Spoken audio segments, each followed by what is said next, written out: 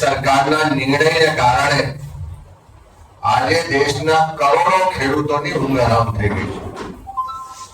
ના ખાલી કપાસ પકવતા ખેડૂતો માટેનો વિષય નથી, પણ ખેડૂતોના અસ્તિત્વ અને ખેડૂતોના સન્માન સાથે જોડાયેલો વિષય છે. એક તરફ ભારતીય જનતા પાર્ટીના નેતાઓ અને પ્રધાનમંત્રી શ્રી કાયમ જાહેરમાં ખેડૂતોને વાયદા વચન આપે કે ખેડૂતોને ઉત્પાદનના ડબલ બજાર ભાવ મળશે, ખેડૂતોની આવક બમણી થઈ જશે, ગુજરાતનો ખેડૂત તો મારુતિ કાર ફેરવતો થઈ જાય, એવા વર્ષો જૂના ભાષણો આપણે સૌએ સાંભળ્યા. કારણે આજે ખેડૂત આર્થિક રીતે ખૂબ તકલીફમાં છે અને સાથે સાથે એના ભવિષ્ય સાથે પણ મોટા પ્રશ્નો ઉભા થયા છે. ગુજરાતમાં મોટા પ્રમાણમાં કપાસનું ઉત્પાદન થાય છે અને દેશનું જે કુલ ઉત્પાદન છે એમાં 25% હિસ્સો ગુજરાતના ખેડૂતોનો. અને સાથે સાથે ગુજરાતની જેમ જ કર્ણાટક હોય, તેલંગાણા હોય, મહારાષ્ટ્ર હોય, મધ્યપ્રદેશ હોય, અનેક રાજ્યોમાં ખૂબ મોટા પ્રમાણમાં કપાસનું ઉત્પાદન થાય છે. અને એ કપાસનું ઉત્પાદનનું આજે પણ જેની ઇનપુટ કોસ્ટ છે એના પ્રમાણમાં એને ઉત્પાદનનો બજાર ભાવ નથી મળતો.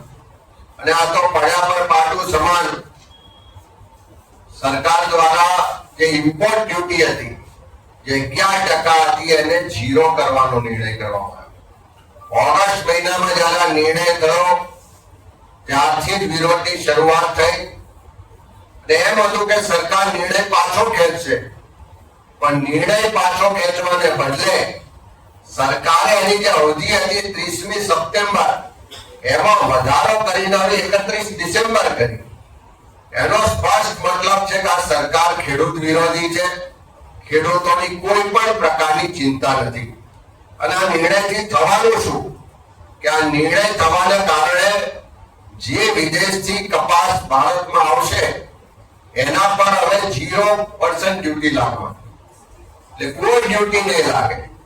આ ઇમ્પોર્ટ ડ્યુટી નહીં લાગવાને કારણે વિદેશથી જે કપાસ ભારતમાં ડમ્પ થશે એ સસ્તા ભાવે વેચાશે અને અહીંનો ખેડૂત જે મહેનત પરસેવો મજૂરી કરીને કપાસનું ઉત્પાદન કરે છે એને બજારમાં કપાસ વેચવા જશે તો પૂરતો ભાવ નહીં મળે. અને આ નિર્ણયને કારણે ખેડૂતોને ખૂબ મોટું નુકસાન થવાનું છે. અત્યારે ખેડૂતો ખૂબ આક્રોશમાં છે, એની માટે લડત લડી રહ્યા છે. અને કોંગ્રેસ પક્ષ